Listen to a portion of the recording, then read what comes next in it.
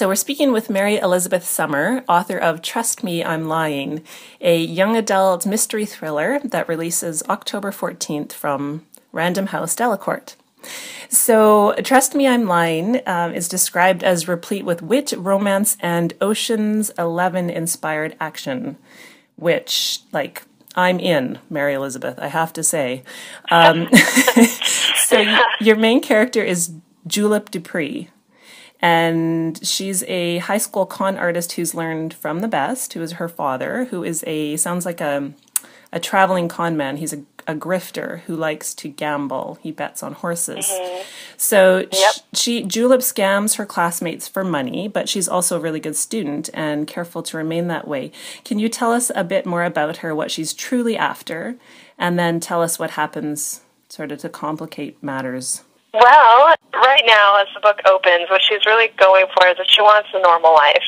She doesn't mind being a grifter. It's not like she has an overabundance of morality where she thinks being a grifter is wrong or bad. But her mother left when she was 8 years old, presumably because Julep's father was too much of a grifter, and that sort of caused Julep a lot of pain. And so she doesn't want to live her life the way her father's lived his, and so she thinks that she wants a more normal life. So she's using her grifting abilities to get through this college prep school that's very, very expensive private school because she wants to be able to get into Yale and have more of a normal life. So that's where we're at when the book opens. Mm-hmm. That's where she's at. And then it all goes Pete Tong. How does it all go Pete Tong? Well, in the first chapter, she comes home and finds that her father is missing and her apartment has been destroyed. And so she has to figure out what happened to him. Can she find him and rescue him? And then it all kind of goes south from there. Right. Okay. And it sounds like the South involves like hitmen and variety of dangerous situations, and also social workers, right? It sounds like she Yes, she's trying to dodge a not-so-well-meaning dean of students who's her nemesis, her school nemesis, and stay out of the eye of the system and keep out of foster care. So so that's a piece of it. But yeah, there's definitely the other side of the coin where she is dodging the people who are out to get her father, and they kind of start coming after her. So she has to sort of figure out how to keep everything afloat while she is trying to find her dad. Right. Yeah, so she's relying on herself, and it sounds like maybe a couple of peers. She has a friend, a hacker friend? Yes, yeah, he's her partner, and has been for years in all of their goings-on, and he specializes in computers and networks and systems, and so he's helping her out. I have to say, I adore Kidlit, wherein the main character has to negotiate rather adult spheres without the benefit, of course, of being an adult and having that agency yet. I'm wondering what you had to sort of keep in mind in order to maintain Julep's autonomy in these life-threatening situations. That comes down to Julep herself, really. The thing that she cares about most is her freedom. And so she is absolutely against becoming part of the system. And she absolutely wants to keep herself free of foster care. And it's a critical component for her. Also, because her father is a criminal, she sort of can't go to the cops, or else, she runs the risk of getting him in trouble when she does finally find him. So she really has to figure that out. There's actually a couple times in the book where her friends that are helping her bring it up, like, we really need to go to the cops, we really should do this, and make sure that you're not in danger, and we're not in danger. Right. And a lot of stuff happens quickly enough that she has to think on her feet and react, and she doesn't have a lot of options for going to the cops. So in a book like this, you need to sort of plant seeds so the main character can unravel the mystery as she goes, or, piece it together.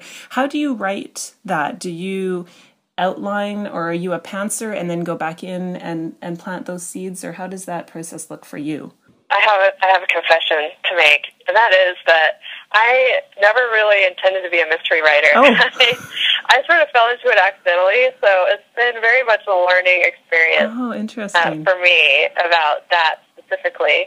I was never an outliner. Always pantsed everything, because that to me is where the magic is. You know, when your characters come alive and they tell you themselves what's going to happen next. Mm-hmm. I still believe in that strongly, but that requires then, because it's a mystery, a lot of rewriting on my part to go back and be like, oh, this is where this clue leads. Okay, now I need to go back and plant some foreshadowing earlier on. So I do end up like cycling back and, you know, several drafts later, making sure that all of the clues are laid. With this particular book, this first one, I was really helped out by the fact that her father was leaving her clues. So I could sort of structure the novel based on his clues to her about where he was and what he wanted her to find. Okay, so you mentioned that you fell into mystery writing by accident, like you never set out. What? How did that occur? What do you mean by accident? Well, I read a lot of science fiction and fantasy growing up. I thought for sure that I would be doing that, science fiction and fantasy writing. In fact, I have several manuscripts of paranormal and science fiction and fantasy sitting in my drawer. But when I came up with the idea for this, I was watching a lot of White Collar and Leverage at the time, and I thought, man, I would really love to read a book where the main character was a teenage con artist, and I've never seen that, and I really want to read that.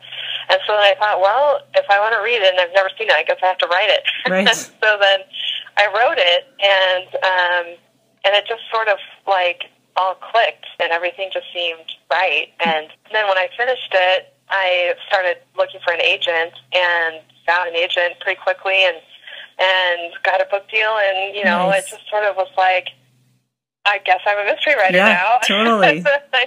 Okay, I can live with that. That's all awesome. right. So what is happening for your launch of this book in October? Do you have any wacky ideas or plans? Man, I for wish your I had wacky ideas. I am going to be very traditional, and I'm going to have a launch party at Powell's. But I'm excited. You know, I love Powell's, and actually going to an author signing at Powell's was what kickstarted all of this for me several years ago, when what really got me serious about writing and working towards publication was an author signing at Powell's. So sort of comes full circle, you know, that I'm having my launch party there. I'll definitely do a reading, and I want to have some gift bag giveaways, and I might just I'll have to see if they'll allow me to do this, but I'd like to have virgin mint juleps, because that's where julep's name comes from. Oh, hilarious. From the drink. What goes into a grift bag? What goes into a grifter grab bag? A grift bag? Yes. Well, so far, one thing that I put in there are a pair of fake glasses. Julep uses glasses to make herself look older. And there's a book that I used, 100 Ways to Win a 10 Spot. And it's scams you can run. You know, it's like, you know, they said it's like bar tricks. You know, if you're at a bar, you can scam $10 off your friend, and here's like 100 ways to do it. So, so anyway, I used that book a lot when I was writing this, and so that I bought several copies. I think I have like all the remaining copies of that book that are out in the world, and that goes into a gift bag. Awesome. And then also a few gift cards, some swag items. Okay. Well, that sounds good. I need one of those bags only because I've often wanted to wear glasses just to look smarter. Not older, just smarter. So yeah, they're pretty cool too. I have a supplier of those as well. I'll get you the information. Okay, so now you will read a snippet for us from Trust Me, I'm Lying. Which part are you going to read? I'm going to read from the first chapter, just the very end of that first chapter, a couple of pages. In this chapter, Julep has just wrapped up a con of her own that she was doing for a classmate, and she has come home. So this is what she finds when she gets there. It has to be a con that's gone south somehow, which means my dad's in trouble. He has something his Mark wants, and not just any Mark, a Mark willing to break in and do this. That means a Mark on the shadier side. I reach the kitchen and tip a chair upright. What could my dad be into that would have resulted in this? What could he have that somebody would be looking for? The answer is lots of things. Forged documents, information about something incriminating, who knows. The two bigger questions, though, are, did the person find what he was searching for, and why didn't my dad tell me what he was doing? My dad is not the sort to shelter his offspring. We're a team.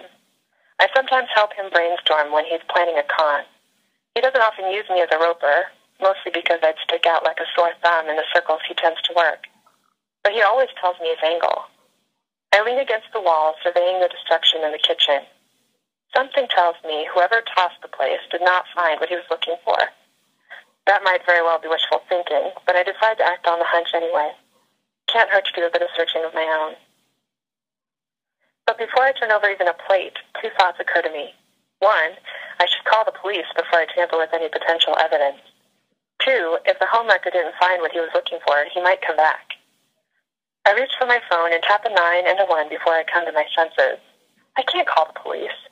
Police plus abandoned minor equals foster care. Hello? I let out a shaky breath at how close I came to screwing myself 9 ways to Sunday. I delete both numbers and quickly pocket the phone, as if my fingers might somehow betray me. I'm sure you think I'm being melodramatic, but I'm not an idiot. Everyone knows that foster care is a prison sentence. 18,000 crime procedurals cannot be wrong. Besides, my dad and I are our own system.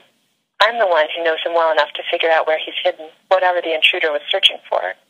If the police get involved, they'll be the ones ruining the crime scene, not me.